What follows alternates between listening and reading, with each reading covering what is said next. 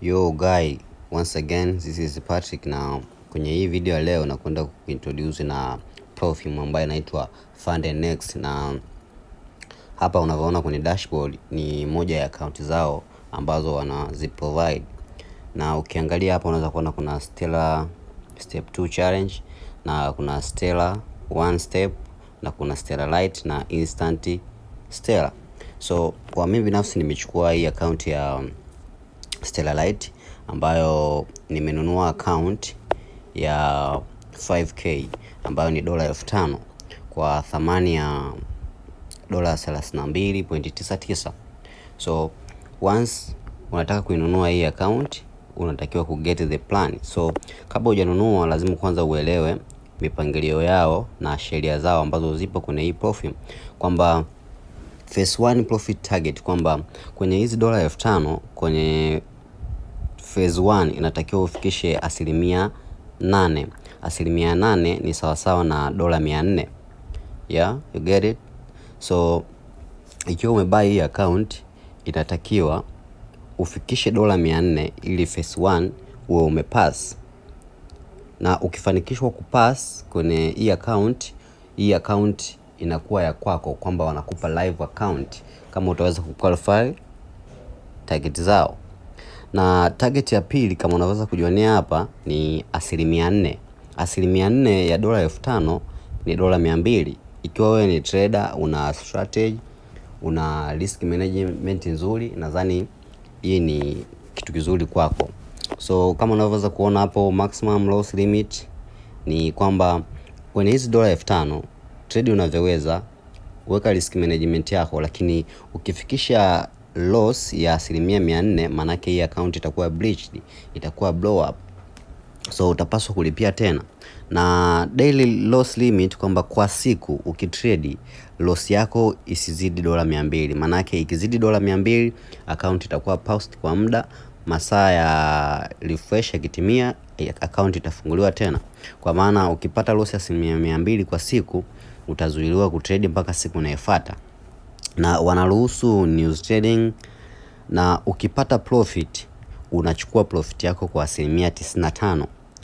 Na ili uweze kufanya withdraw unatakiwa uwe umetrade ndani ya siku 5. Kwa hiyo ndani ya siku 5 ukiweza kufanikisha, unachukua account yako na unafanya withdraw. Unachukua account yako. Yes. Na first withdraw kwamba ili uweze kutoa pesa kwa mara ya kwanza inatakiwa siku 21 ziwe zimepita. Kwa hiyo toka umenunua account zikishapita siku 21 unaweza kufanya withdraw ya kiasi ambacho utakuwa umetengeneza badala ya kupass. Na ukifanikiwa kupass wanakurudishia hela yako ambayo ulinunulia account.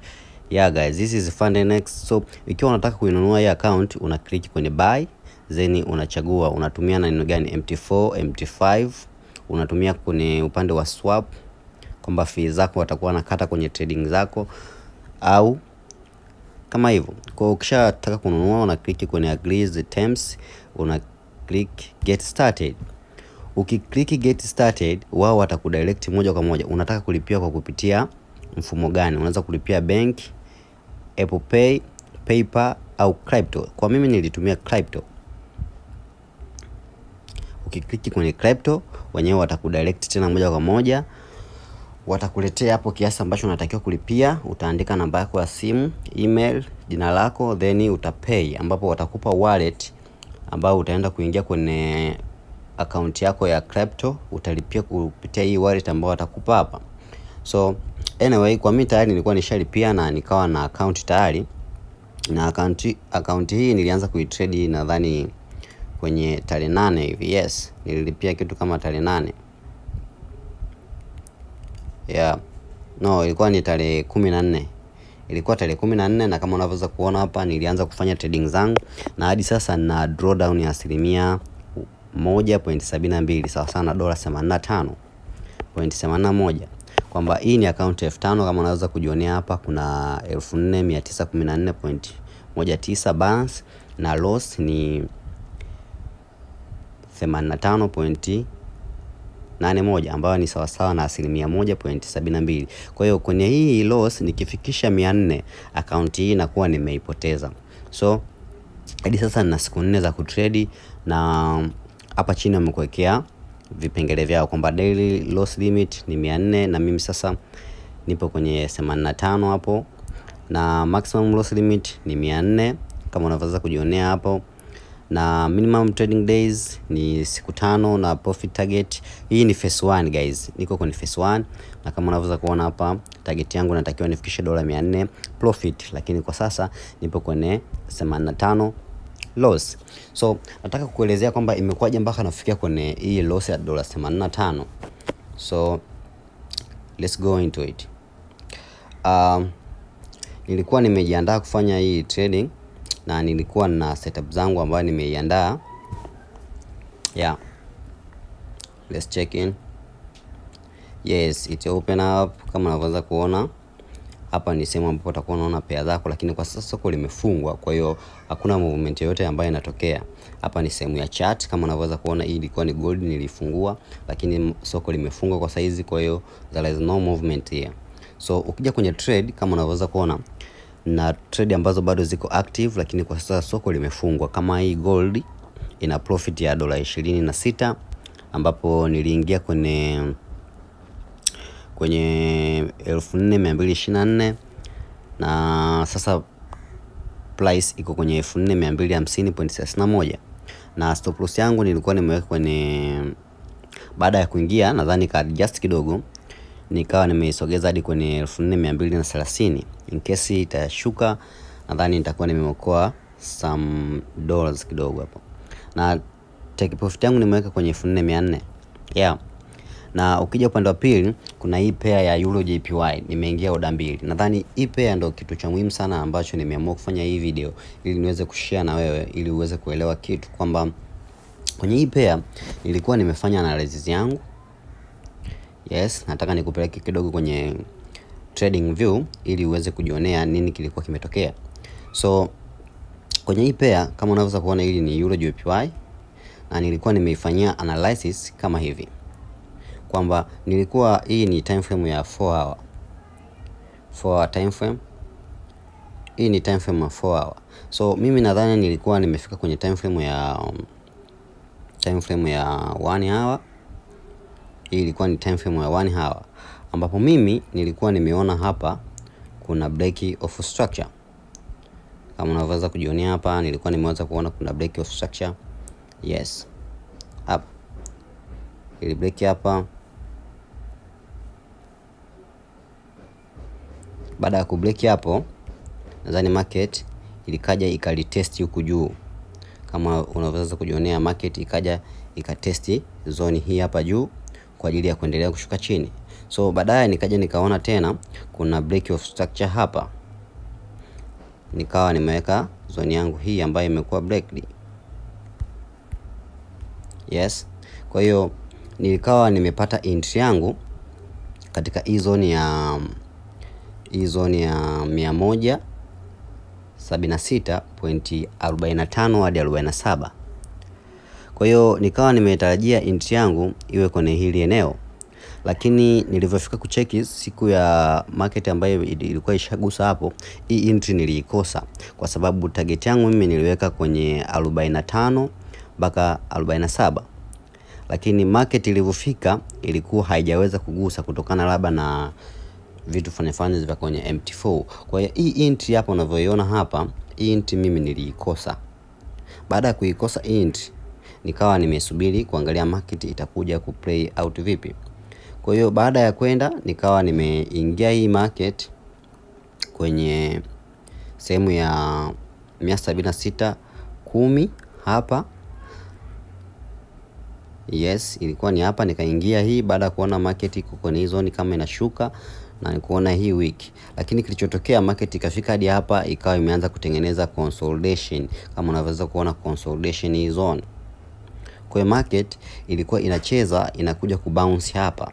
So nilikuwa ni mtu ambaye kidogo nilikuwa najaribu kuobserve nini kitaendelea na nilikuwa naamini market itaendelea kudrop. Kwa hiyo baada ya kuingia hapa kwenye hii hapa nikawa nimeweka order zangu mbili.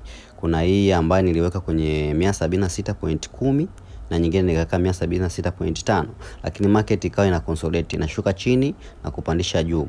kushuka chini na kupandisha juu. Kwa hiyo some of my order will be liquidated na zikawa zimenitoa, nikawa nimepoteza some amount, kama unavyoweza kuona kwenye trade yangu history hapa. Kama unaweza kuona hizi order 3 za mwanzo hapa, kuna ambaye niliingia kwenye 175.81 ikawa imenitoa, na 176.10 imenitoa, na 176.05 imenitoa. Almost order kama 3 zimenitoa ambazo zikanipelekea kupata loss. Nadhani kuna mistake ambayo kama wewe ni trader unatakiwa kuwa na discipline, au unatakiwa ku revenge trade.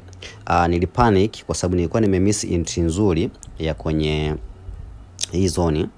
Nilikuwa nimemiss entry nzuri kwenye hii zone ya 176.40.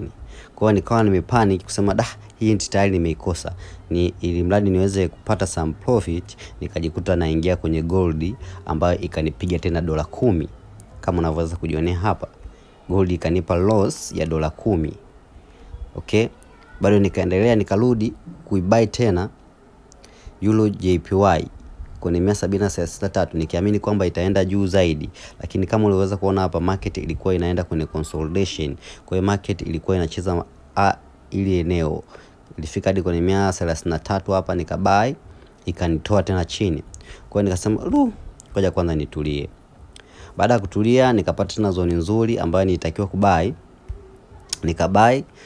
Ilikuwa imesoma kidogo some amount, nikalock profit $5 hizi ambazo unaona, nikapata $5. Na baadaye tena nikaja nikabuy, nikawa nimeweka entry yangu kwenye kubuy, nikapata tena loss ya $6. Sidhani kama unaweza kujionea hapa. Na baadaye nikaja tena nikabuy Euro card ambayo ilikuwa ni out of my plan, lakini yote haya ni kwa sababu nilikuwa more emotional, more impulsive kutokana na kukosa ile entry perfect. Nikakosa uvumilivu na nikataka kufanya kwa kulash, nikaja nikapata tena loss ya $15. So almost hizo zote unafika kuona nina loss ya 1.72 sawa sawa na $85. Sijui kama unaweza kunielewa hapo. Hii ni sababu ambayo imenipelekea kupata hiyo loss. So ikiwa wewe ni trader, inatakiwa uweze kuwa na patience. So kupitia hii trade mimi nimejifunza kwamba natakiwa kuwa na patience ili niweze kuperform vizuri kwenye trading career yangu. So baada ya hivyo nikaja kuona kwa sababu kuna break of structure imetokea tena hapa kwenye huu mstari. Unaweza kuona hapa, hii ni break of structure ambayo ilikuwa hii ni sehemu ya support ambayo price inakuja ina bounce, lakini sasa price ikawa imevunja hii zone. Kwa hiyo nikawa expect kwamba price itarudi tena hapa ndani na kuchukua entry na kuelekea kushuka chini. Kama unaweza kujionea, kuna hii order hapa ambayo nimejiwekea hapa, hii order ambayo inaonekana kwa ndani, nimeweka hii order hapo. Hapo tukishuka kwenye low time frame, tukija labda maybe 30 minutes, utakuja kujionea hii hapa. Hii ni order ambayo nimeweka tena hapa, nikiwa na expect kwamba price itazidi kushuka chini kwa sababu ya kubreak hii zone hapa, strong area ambayo ilikuwa inasababisha support rejection of the price. Price ikawa inarudi na bounce hapa na bounce, lakini kwa hapa sasa imevunja. Kwa hiyo nimekuja kuona price itakuja kutepwa hapa na then itaendelea kushuka chini. So ndio zile trade ambazo unaziona ziko hapa mbili ambazo zinasoma $1 point ngapi. Kwa hiyo natarajia price itaendelea kudrop, lakini na stop loss yangu nimeweka very tight, ambapo kama itavunja kwenye 67 1.567 nitakuwa out of this trade na nitakuwa nimepata loss kama $5. So here we go, na hii ndio wiki yangu ya kwanza ya kutrade hii profit, na niko kwenye drawdown ya 1.72. Natarajia kwamba hii price itaendelea kushuka mpaka kufikia hapa kwenye zone ya 173.21 au hadi 172.98. So this is my first week of trading with Fund Index. So I expect I will hit their target, then I will get my payout. So usisahau kusubscribe, like, comment, toa maoni yako kama wewe ni trader unataka kujifunza nini kupitia forex. So thank you.